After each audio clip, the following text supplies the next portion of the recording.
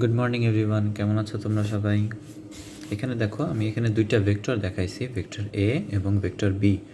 Vector A হচ্ছে 3i cap minus 4k cap plus 9j cap. B vector হচ্ছে 7i cap plus 2k cap minus 5j cap.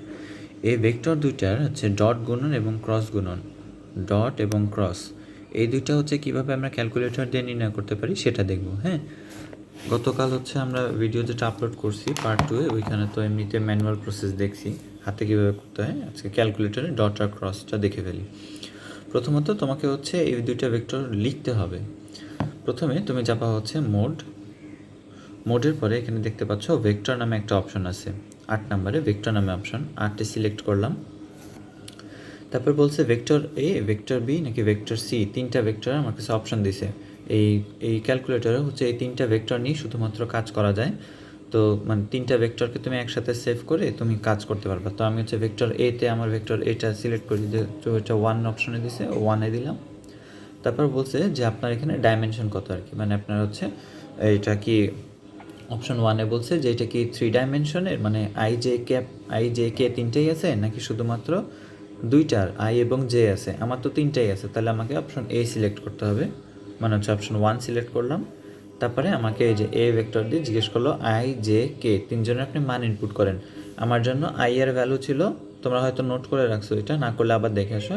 I এর value ছিল আমার জন্য, মানে এ x ছিল 3, এ ওয়াই ছিল -4, আর এ জেড ছিল হচ্ছে 9। লিখলাম। এই 9 লেখার পরে আর একবার সমান চিহ্ন দিয়ে তুমি হচ্ছে এই যে এসি চাপলা, শেষ। এতে ওটা সেভ হয়ে গেছে। দেখো এটা এখনও ভেক্টর মোডে আছে, এই যে এখানে দেখা যাচ্ছে ভেক্টর মোডে আছে। যেহেতু আমরা তারপরে যে কাজটা করবো, এখন আমাকে ভেক্টর বি সিলেক্ট করতে হবে, ভেক্টর বি সেভ করতে হবে। এ তো সেভ করে ফেলছে। এটার জন্য তোমাকে যেতে হবে এই জায়গায়, দেখো 5-এর উপরে ভেক্টর লেখা আছে, এবং এটা যেহেতু হলুদ রঙের কালি দিয়ে লেখা এই ভেক্টরটা, সেজন্য শিফট তারপরে যদি আমি 5 চাপি তাহলে হচ্ছে ভেক্টরটা সিলেক্ট হবে। তারপর জিজ্ঞেস করছে dimension, vector A, vector B, vector C, এইসব জিনিসপত্র লেখা আছে। এটার ভিতরে হচ্ছে যে কাজটা করা হয় যে এই 3, 4, 5, এই 3, 4, 5-এ যে ভেক্টর কথাগুলো লেখা হচ্ছে, এগুলো হচ্ছে তুমি বিভিন্ন অপারেশন যখন করবা তখন এগুলো ব্যবহার করতে হবে। এখন হচ্ছে আমি যেহেতু ডেটা সেভ করতেছি, সেজন্য আমি যাব হচ্ছে 2 নম্বরে। 2-এ বলছে vector A, vector B, vector C. Vector এতে তো আমার ডেটা অলরেডি একটা সেভ আছে, আমি যাব হচ্ছে ভেক্টর বিতে। ভেক্টর বিতে যাওয়ার পর জিজ্ঞেস করলাম আমার ডাইমেনশন কত, 3 নাকি 2। আমার ডাইমেনশন এবারও হচ্ছে 3, তাহলে আমি অপশন 1 সিলেক্ট করলাম। তারপরে আমার ডাইমেনশনগুলো ছিল কত, বি এর জন্য bx ছিল 7, by ছিল হচ্ছে 2, তারপরে কত আমার z ছিল হচ্ছে -5। তারপরে আমি আবার সমান চিহ্ন দিলাম। তারপরে এটা এখন সেভ হয়ে গেছে বিতে। আমি হচ্ছে এসি চাপলেই চলে আসলো। আচ্ছা, এরপরে তোমাকে যে কাজটা করতে হবে খেয়াল করো। তুমি এবার নর্মালি কী করতে চাও, ডট গুণন করতে চাই আমরা, তাহলে প্রথমে লিখতে হবে আমরা কী করতে চাই, এ ডট বি অথবা vector A dot vector B, তাই তো?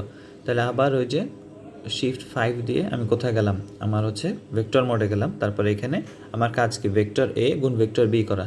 ভেক্টর এ বলছিলাম যখন অপারেশন করব তখন হচ্ছে 3, 4, 5 ব্যবহার করব। তাহলে এখন তো আমার অপারেশন করার সময়, তাহলে এবার আমি 3 নিলাম ভেক্টর এ। তারপরে আমি হচ্ছে আবার ওইখানে গেলাম ডট চিহ্নটা দিতে।